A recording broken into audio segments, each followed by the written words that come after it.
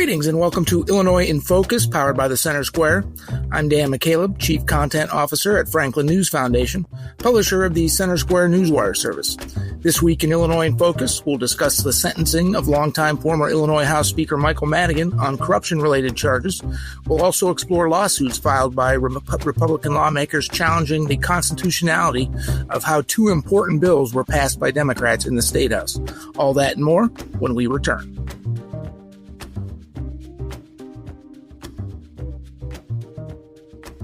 Some people would call him a loser.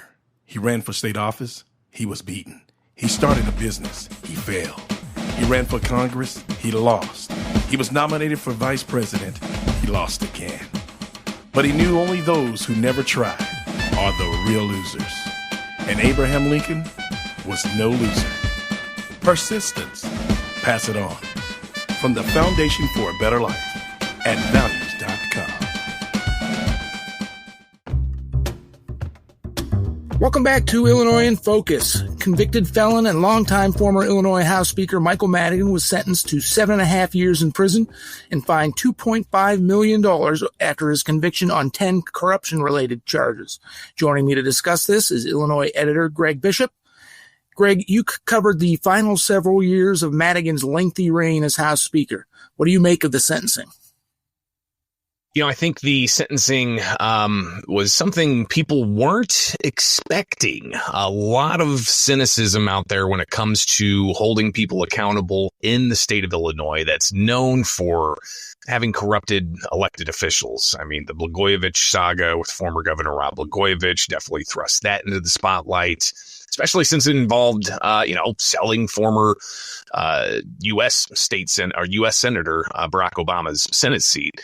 Since then, and even before then, just the cavalcade of stories coming out of elected officials being caught by the feds, bribery, racketeering, and all kinds of things. But when Madigan got ultimately indicted, there was a lot of cynicism from people saying he's never going to be held accountable. But last week, that accountability came, and it came with a 7.5-year prison sentence plus $2.5 million in fines. Madigan saying before he was sentenced, quote, "I'm truly sorry for putting the people of the state of Illinois through this." So clearly, accountability is here. Now, the speaker being found guilty on 10 charges earlier this year after a pretty lengthy trial, where our reporter Jim Talamonte was in the courtroom watching it all unfold, pouring through the hours of undercover video and wiretap phone conversations, emails, and all of the testimony, including testimony from Madigan himself, who lied on the witness stand, and even the judge noting that Madigan lied.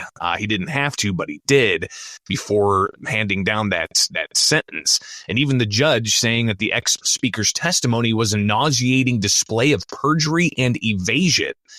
So accountability came for the longest-serving state house speaker in the nation's history, somebody who had a nexus of power of not just being the state house speaker, being able to steer legislation, but he was also controlling the Democratic Party purse for decades. He was the chairman of the Democratic Party of Illinois, being able to steer funds towards certain officials across the state for their campaigns.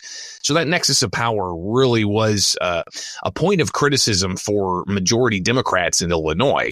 But the big question I think now, Dan, is what's next, right? I mean, you've got the former speaker, Mike Madigan, who reigned incredible power at the state house.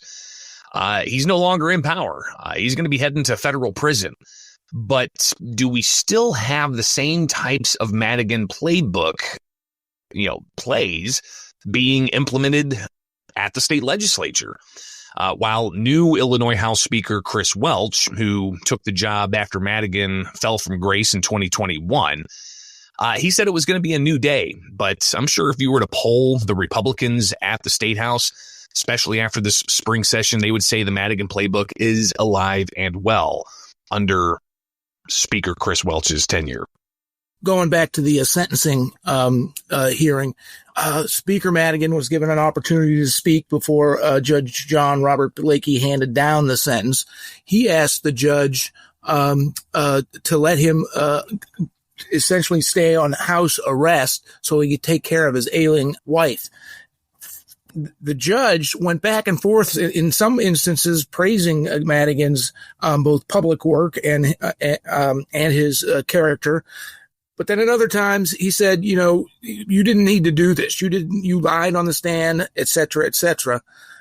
And then he handed down the 7.5 years. We were communicating with Jim Talamonte, our reporter who was in the courtroom for this, and the judge's comments sort of going back and forth a little bit. He was uncertain whether he was going to hand down prison time, but it turns out he did. Not what the 12.5 years that prosecutors were asking, but, Michael Madigan is 83 years. And if he does serve 7 years, and we should also point out, he does not have to report to prison until October.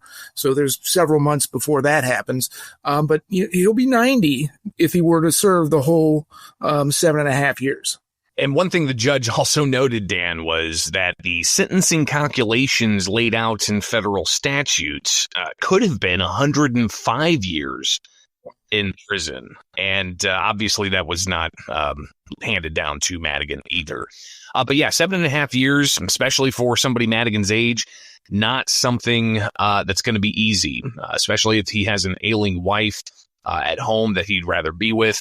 The sentencing, I think, though, it sends a pretty strong message that if you're going to try to be an elected official and harm the public's trust in you, and to, as Madigan was convicted of, having legislation for the largest utility go through the state house in exchange for getting little to do nothing contracts for your friends and your cronies.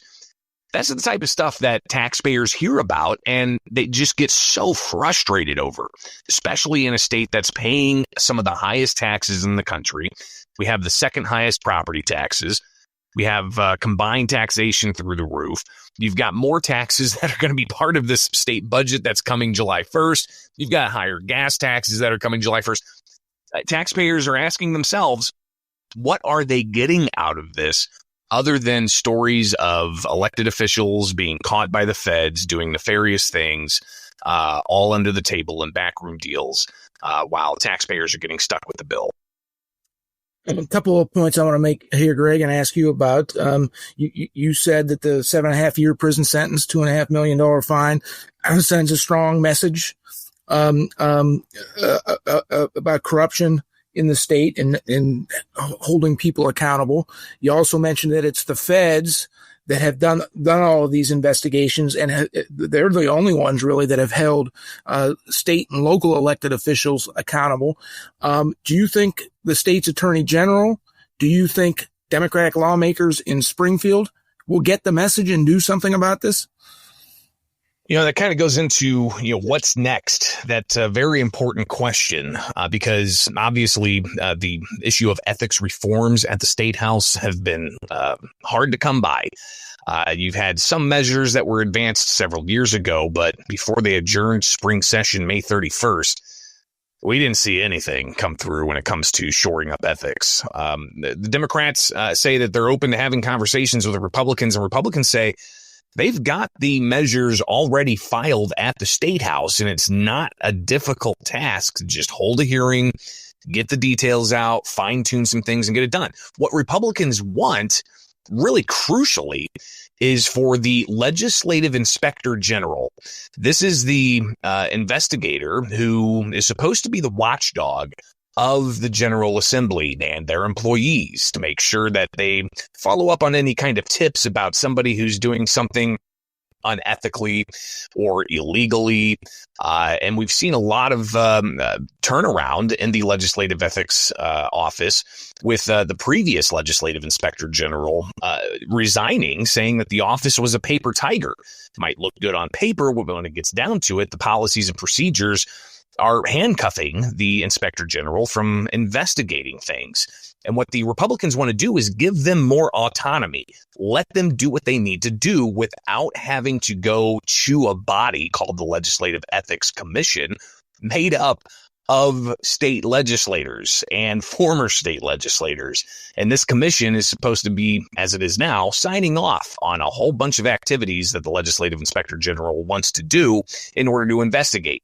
That's a big problem for the Republicans, who say that the LIG needs the autonomy to investigate things without the Legislative Ethics Commission getting involved. So that's one major issue. And that could, Dan, allow for a more expedited revelation of wrongdoing or alleged wrongdoing at the Illinois State House, so that constituents know how their lawmakers and their elected officials are conducting themselves. For instance, if we would have had an LIG that would have been tipped off and able to autonomously investigate Mike Madigan years ago, then we probably would have had some more expedited understanding of what Madigan was up to. But instead, it was the feds working in the background, getting evidence and building their case over nearly 10 years before they actually pulled the trigger and had the deferred prosecution agreement with ComEd, revealing Madigan as public official A, and then ultimately leading to the indictment against Madigan and some of his associates. Listen, I mean, what's next is going to be pretty. The volume is going to be turned up on it as we get closer to Madigan turning himself in, and as we get closer to October veto session of the State House. Will we actually see some substantive reforms in place, or are we going to have to continue to wait for the feds to follow up on these things? Good question, Greg. Of course, I know you and our Illinois reporting team will observe any activity that comes from the legislature related to ethics reform, and our listeners can keep up with that coverage at thecentersquare.com. Let's move on, though, Greg. Republicans at the State House are challenging what they say is an unconstitutional process without Democrats pass important pieces of legislation. There's a 3 readings rule in effect in both chambers, which essentially means that a new bill that's filed has to be brought on the floor chambers at least 3 times for consideration, to give taxpayers and constituency groups and businesses, etc., time to weigh in on those bills. For years, Illinois Democrats have avoided that process on major pieces of legislation by introducing a completely unrelated bill, and then after it's gone through the readings, gutting it and replacing it with new legislation. That's what happens with the state budget. Anyway, GOP lawmakers have filed 2 separate suits now against 2 of those big measures, including the budget bill. Tell us about this. Dan, when I first started covering the State House, first off, as a young reporter, having to go through the literally thousands of bills that are filed, trying to find what's good, what's going to impact taxpayers, how's this going to change this, that, or the other. It's a flurry of bills that are filed, thousands of bills filed. And there's tons of shell bills that are filed by both parties. Leaders of the Republican caucuses and leaders of the Democratic caucuses file shell bills in an anticipation that, hey, they may need to move something quickly through at the final hours of the legislative session. So they get these shell bills in place. Both parties do it. They're guilty of it. But it looks like, the Democrats with the supermajority are the ones being accused of abusing that process. Now, Dan, obviously, there's going to be times where emergencies need to be addressed, and legislation to address those emergencies may need to be expedited to push through real fast, right? And you can see where some rules may be waived, and we see that a lot when it comes to posting requirements. It's a voice vote, and they just say, if you want to waive the posting requirements for this committee that's going to meet in 10 minutes, voice vote says yes, and they go ahead and waive that rule. So I can see where there could be bipartisan support to advance something that might be truly an emergency.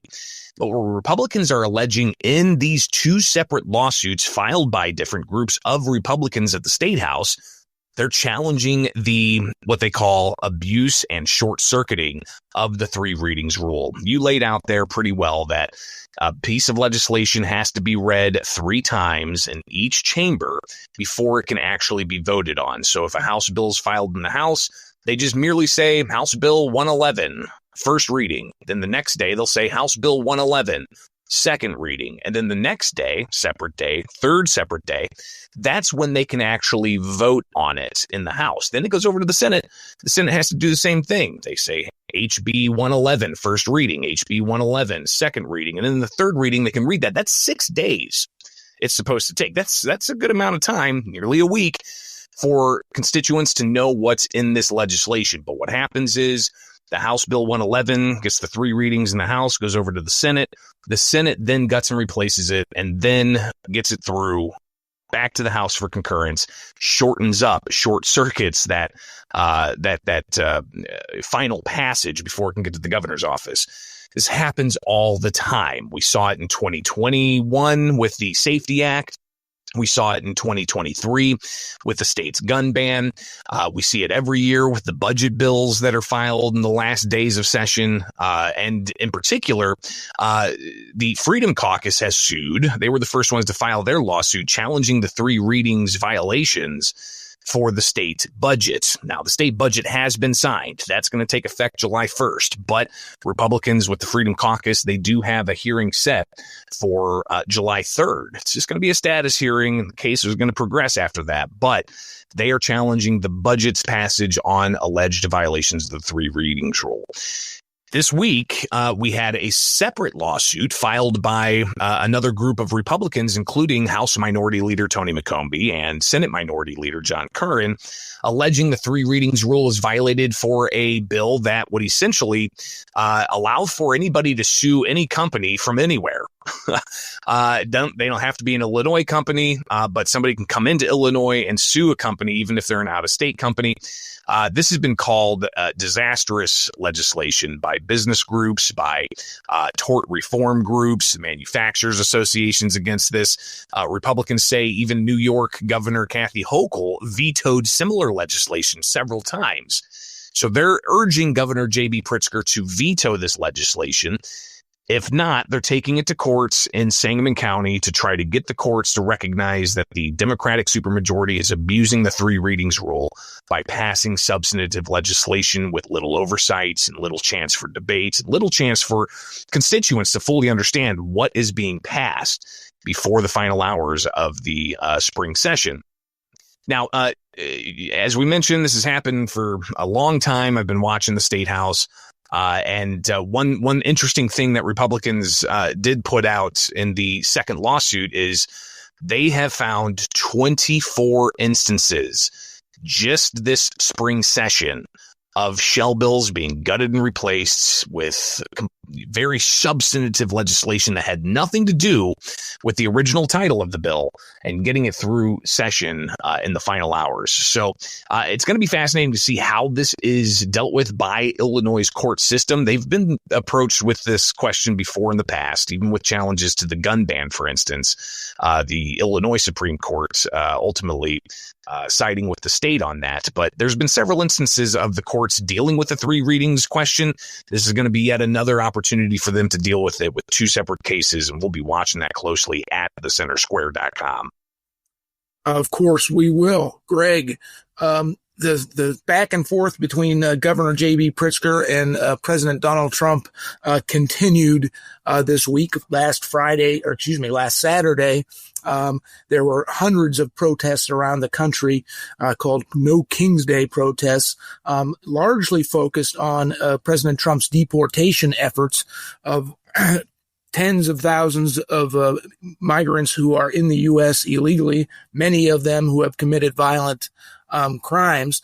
Despite those protests, President Trump said the efforts of him and Immigration and Customs Enforcement is not going to stop. They're going to continue to track down violent criminal offenders who are in the country illegally for deportation. And he said Chicago is one of those cities that ICE agents will focus on. Pritzker has been highly critical of those deportations. When asked about it this week, Trump said, Governor Pritzker is probably the worst governor in the country. Tell us more. Trump is known for, number one, I don't even know how many news conferences he's had, but it looks like it's like 2 or 3 every day almost. But he doesn't really hold back. He's even in the past made cracks about Pritzker eating too many cheeseburgers. He's called Pritzker the worst in the past. He's also, questioned Pritzker's business prowess as somebody who inherited a whole bunch of wealth from a hotel dynasty. But Trump simply just said, Pritzker is probably the worst governor in the country. This came after Pritzker testified in front of the U.S. House about the state's sanctuary policies. But Pritzker says that he's fully, willing to be arrested if it means that, the people of Illinois who are here as undocumented non-citizens or illegal aliens, just as long as they can stay safe. But the back and forth between Pritzker and Trump, it's not going to cool down anytime soon. Pritzker has been very vocal opponent of Trump. And as we get closer to the midterm elections, I feel like that's going to be turned up a bit, especially if Governor Pritzker announces that he's going to run for a 3rd term for governor in 2026, which hasn't happened yet. So we're still waiting on that announcement. When that's going to be, not sure. But if Pritzker, is going to be running for office in 2026, likely there's going to be a lot of focus on criticizing Trump, and in turn, Trump likely is going to continue to criticize Pritzker. So we're here for all of it, Dan, and we'll be, reporting out at thecentersquare.com. It never ends, Greg, never ends. Time for one more story here, Greg, and that is also related to the federal government. The U.S. Department of Justice weighed in on Illinois' gun ban, except filing a brief saying it too believes that the ban is unconstitutional. This is related to lawsuits filed trying to end the ban, challenging its constitutionality. Why did the DOJ get involved? That's a great question, and it's a pretty big deal among the Second Amendment community. Typically, if the DOJ is going to get involved in a case in the federal judiciary, they may wait until it gets to the U.S. Supreme Court. But I think that this is an indication that Illinois' gun ban and the challenge against it is likely going to be the next gun ban challenge that the U.S. Supreme Court picks up. And what makes this particular case out of the Southern District different than other cases across the country is the record that was built in the Southern District case. So recall, and I'll do this as quickly as I can because I know we're running out of time here. In 2023, the gun ban passes. Lawsuits filed all throughout 2023. Preliminary issues were dealt with. Went all the way up to the U.S. Supreme Court, but they denied taking the case, saying it's not ready yet. Then in 2024, on final judgment and on the merits, a 4-day bench trial produced thousands of pages of documentation and a record that really spells out what the crux of the issue is, comparing civilian grade firearms to military grade firearms. So you've got a substantive record there. We haven't seen that in any other cases really across the country, to have that sizable of a record. So I think the DOJ recognizes this and made their point that the district judge finding the law unconstitutional is the right answer here.